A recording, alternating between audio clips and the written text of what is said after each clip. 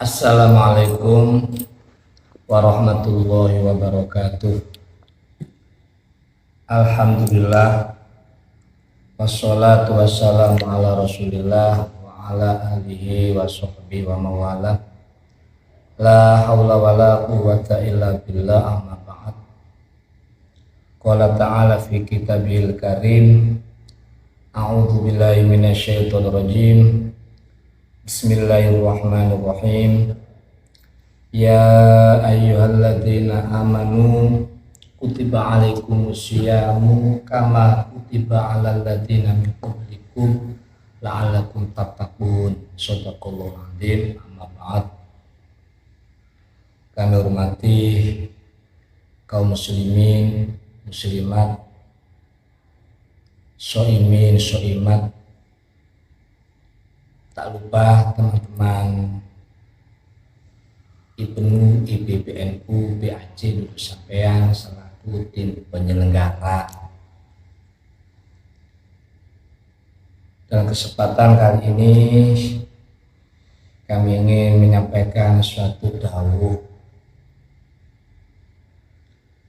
Khomsun yuftirna as-shaim. Ada 5 perkara, ada 5 faktor yang bisa membatalkan pahala puasa. Barangkali perkara yang membatalkan puasa banyakkan orang sudah paham dan tahu betul tentang perkara-perkara yang membatalkan puasa, mulai dari makan, minum, atau hubungan suami istri dan sebagainya. Tapi untuk kesempatan kali ini kami ingin menyampaikan 5 hal, 5 faktor yang bisa membatalkan pahala puasa. Jadi puasanya tidak batal, puasanya sah secara syariat, secara hukum, akan tetapi secara hakikat tidak ada pahalanya. Dan ini persis apa yang disabdakan baginda Nabi Muhammad SAW, yang artinya banyak orang itu puasa, akan tetapi tidak mendapatkan apa-apa kecuali hanya mendapatkan lapar dan dahaga. Jadi kalau kita pikir iman banget, musproh sia-sia, lapar mulai subuh sampai berbuka, gak ada pahalanya. Nah, ini apa penyebabnya? Maka dalam kesempatan kali ini saya menyampaikan 5 perkara yang bisa membatalkan pahala puasa. Pertama, apa itu? Al-kadhib, bohong. Ini menyampaikan, mengucapkan yang tidak pada mestinya. Di sana A, dia bilang B. Di sana hijau, dia bilang merah. Artinya apa?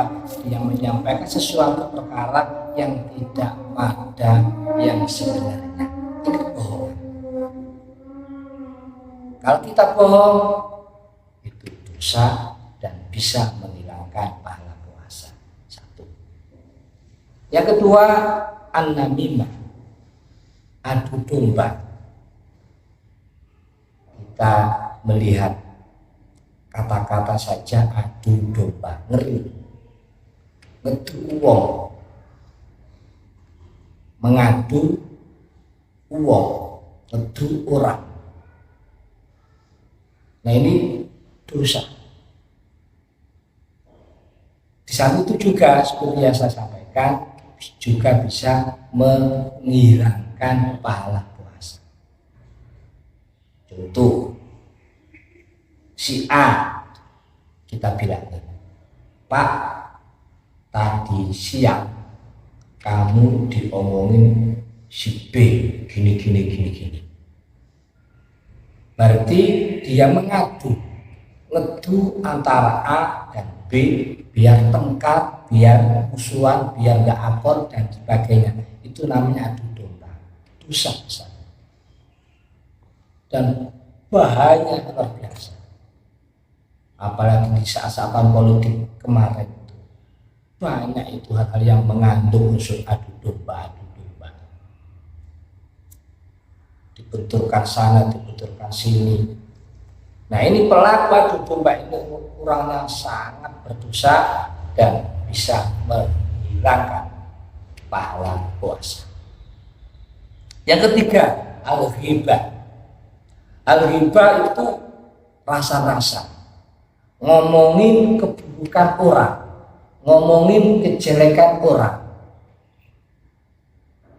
Mohon maaf, ada satu riwayat besok di akhirat ada orang itu bangkrut.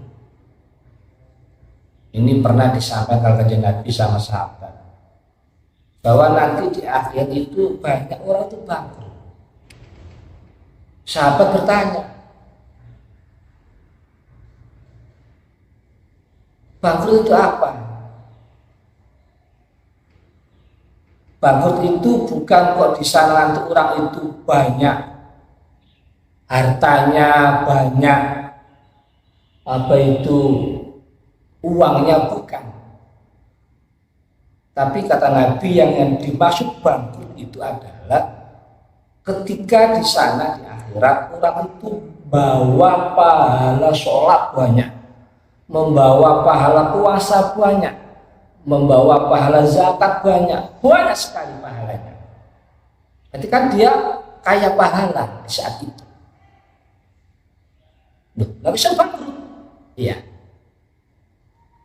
Ketika dihisab ternyata dia banyak ngomongin kejelekan orang, ngomongin keburukan orang, sehingga akibat dari banyaknya ngomongin keburukan kejelekan orang lain, pahala puasanya dikasihkan sama orang yang dirasani, pahala sholatnya diberikan sama orang yang dirasani, pahala ibadah semuanya diberikan sama orang yang dirasani, diminta sama yang merasa yang dirasani,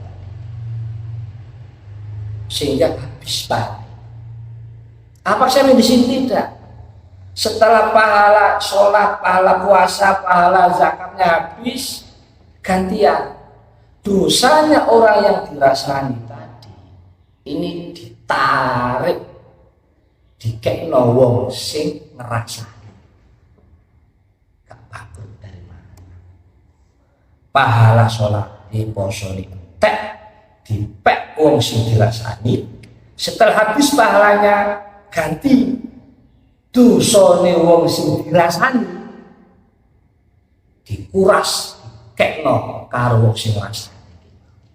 Jadi pahala wis entek, giliran nampa dosa-dosa wong sing dirasani. Masyaallah. Kata irame bro, ngrasani endang ngomong rono.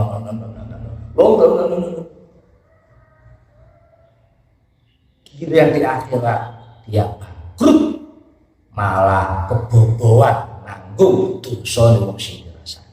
Naudzubillah.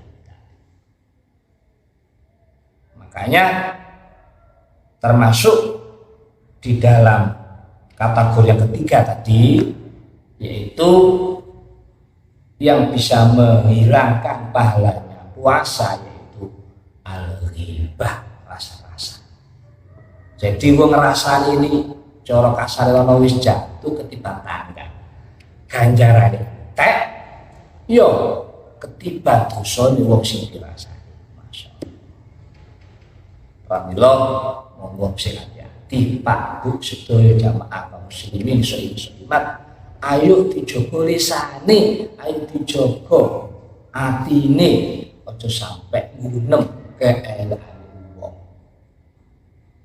Enteng rasanya kayak apa-apa, tapi dibalik itu ganjaran ibadah sampai entek, dipek wong sing sampai rasani, mari ngono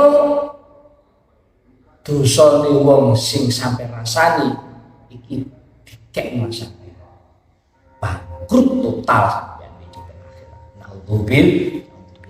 Itu yang ketiga. Termasuk yang bisa menghilangkan pahala puasa rasa. Nah ini coba wis semrambat dalam kalangan muslimin langsung iman. Nggih ada nggih gara-gara dicontoh. Omah padahal. Ya ngono sih kober ngomongi orang lain, ngomongi kejagat orang. Ngomongin karo sapa kan bojo. Kadang karo keluarga. Kadang iki dirasain dhuwur dhewe. Jadi jopo mungkin lho sewu kadang bunuh cangkruan, bunuh warung, ngono ya sik rawan ngomongin kejelekan orang. Itu main telah saking pinter setan nguras ganjaran wong. Mari kita ada ngomong dicoba di sana nggih saking penyakit situ iki sing umum kabeh wong nglampahi kabeh wong sing dicoba sijine rasa. Sinar papat termasuk sing iso ngurangi ngilangi ganjarane poso yaitu al-yamin kadhib, sumpah palsu. Sumpah palsu ini biasanya terjadi di kalangan orang-orang hukum, sewu. Biasanya pengadilan, kejaksaan, hukum. Nah ini kalau memang kita sampai terjadi sumpah palsu, maaf, sumpah palsu termasuk kategori besar. Makanya di sana itu ada keterangan bahwa barang siapa orang itu sumpah palsu maka dia mendapat kafarah. Artinya dia bisa bersih dari dosanya sumpah palsu itu kalau dia sudah bayar kafarah. Apa kafarahnya? Puasa 3 hari. Jadi kalau sampean habis sumpah palsu biar lepas diampuni dosa sebelas itu silakan puasa 3 hari sebagai kafarotnya. Kalau tidak dosa besar yang Anda terima. Makanya kesempatan kali ini sumpah palsu termasuk kategori yang bisa membatalkan pahala puasa. Terakhir nomor 5 an-nadhuru bisyahwah, melihat dengan syahwat, melihat perkara sesuatu gambar apapun yang merangsang kita untuk berbuat seksual, itu dosa. Contoh kecil, kita melihat wanita cantik, tapi untuk melihat wanita cantik di situ ada 2 kategori, an-nadhurul ula laka wanadhuru saniya alaika. Artinya apa? Pada pertama itu sih rezeki, belum sampai dosa. Tapi kapan sampai pandangan kedua melihat sesuatu wanita cantik langsung dipendili, wah itu baru memandang kedua ini yang alaika dosa. Jadi perlu dipahami ketika kita melihat wanita cantik saya kelibatan rezeki. Tapi ketika melihat diterusno malah dipendili, ditutno, nah itu baru kita akan mendapat dosa. Nah, ketika melihat sesuatu yang merangsang pada syahwat itu bisa menghilangkan pahala puasa. Ya memang di rumah kita wanita cantik atau barang-barang gambar yang mengandung syahwat, tapi jangan lupa kita punya HP, handphone. Di sini itu segala apapun, model gambar apapun, model video, ada YouTube, ada TikTok, ada Facebook, semuanya itu mengandung gambar-gambar yang kebanyakan dominan itu mengandung rangsangan. Hati-hati. Ya, syukur anak-anak kita yang kita jaga. Sebab pemandangan-pemandangan yang mengandung syahwat itu satu sisi mengandung dosa jelas, sisi lainnya juga akan merangsang kita untuk berbuat haram, entah itu zina ataupun yang lainnya yang bisa berbuat dosa.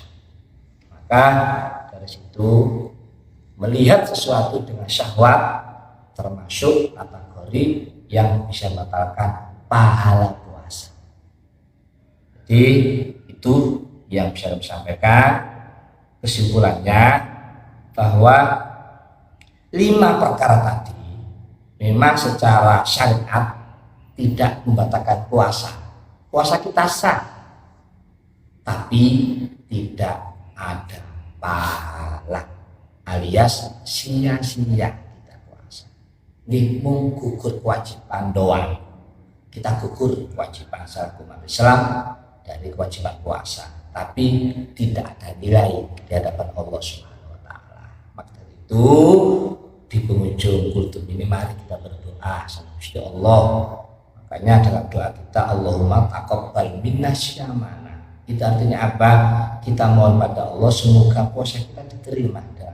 Dengan puasa itu kita bisa terhindar dari hal-hal yang bisa membatalkan puasa, mulai dari bohong, adu domba, riba, sumpah palsu, sampai melihat dengan syahwat.